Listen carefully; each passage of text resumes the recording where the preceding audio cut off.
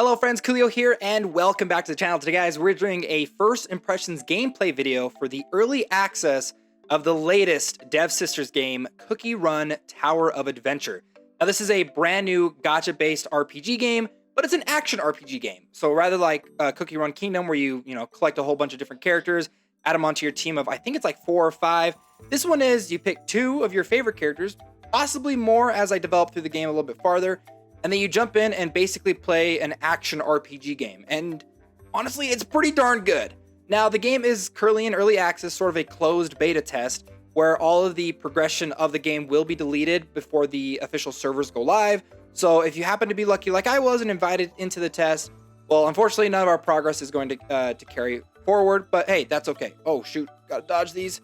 But I gotta say, I've been really enjoying this game. I think Dev Sisters does a really good job with their games of making them casual friendly, but also adding enough depth into the game that hardcore players will find something to enjoy as well. Because I think the one thing that kind of caught me off guard with this game is kind of how in-depth the different character abilities are. And honestly, like how much fun and like how... Oh crap, I should not have done that. Oh no! I don't know how I'm gonna get across now. I think I failed. Oh, it's gonna rebuild itself. There we go. Well, we gotta run. We gotta run. Let's go. All right, here we go. And activate this, drop through the floor. Now, I've got to say, okay, when it comes to the actual gameplay itself, it does feel a little bit slow, the character movement and stuff like that. But again, this is in early access. Things like that might change. But it feels pretty good. The only things that I've seen kind of look like they might need updates and stuff is the way that the game feels, just like loading screens and animations feel a little bit slow with like the UI and things like that. But again, that can all be fixed. Another thing is I've seen a couple of different weird translations error where it's still in Korean in some places in the game. Other than that, it's pretty solid game with a pretty in-depth character progression system and character customization system. Like the character I'm playing right now, it's like a spicy cookie. I can't remember what like his specific name is. Crushed pepper, I think. Anyways, his overall like ability and kit, the way that you want to build him is not by increasing his overall attack, but by increasing his overall health points, because his abilities all scale with his health points. And that's just like a very simple way of explaining kind of like how the customization in this game is going to work when building your characters. There's different equipment item pieces that you can get. Oh crap. Oh. Large maps, as you can see, there's a lot of large maps to play through. In fact, let's go over here. Let's fall through because I wonder if there's going to be like a secret entrance down here. There is. There's a lot of little hidden places where you're going to find treasure chests, so it's always good to pay attention to where those are at. Go ahead and jump through there. Now, they don't have a whole lot of characters in the game right now, but just by taking a look at how the system's going to play out, like how the abilities, there's also these special artifacts that you can use to further customize your characters.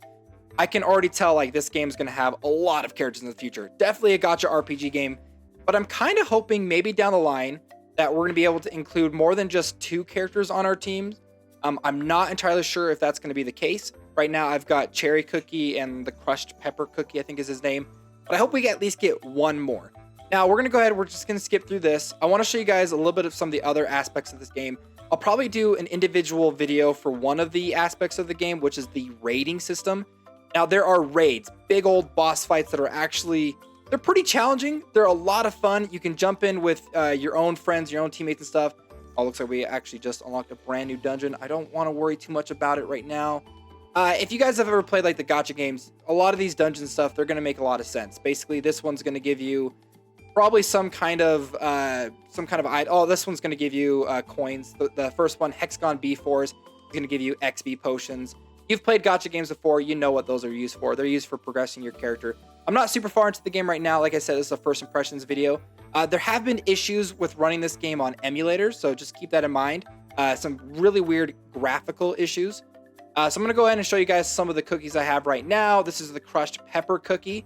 Like I said, his whole kit is all about like increasing his HP to deal damage. So I've got an artifact specifically equipped to him that gives him increased HP by 14% with a unique skill. Damage taken is reduced by 16%. Now, I could probably swap that out for something else that probably gives him just as much HP with a different unique skill like the Peculiar Invention.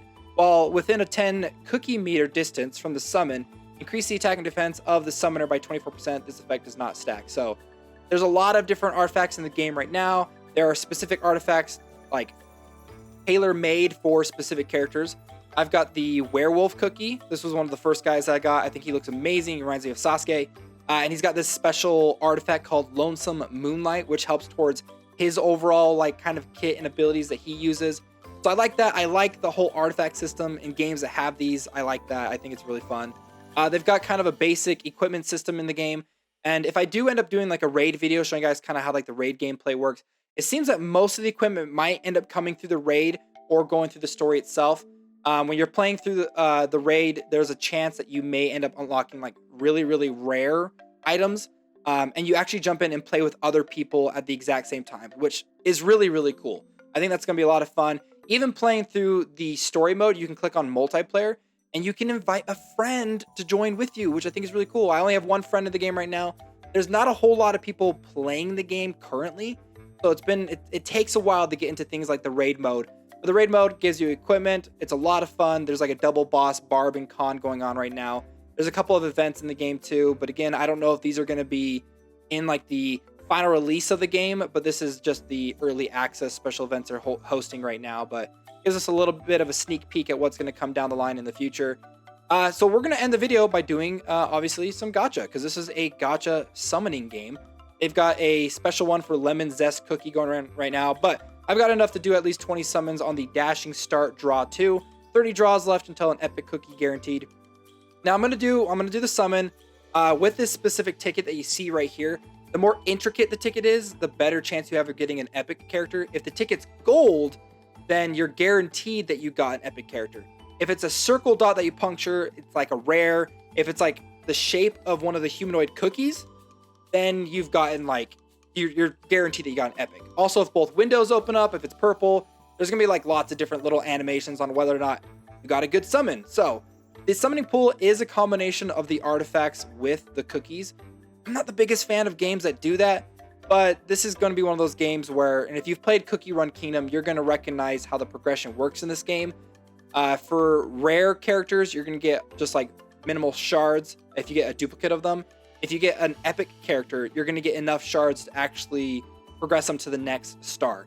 I'm going to do one more summon, and then there's one other aspect that I want to share with you guys on the progression in the game itself.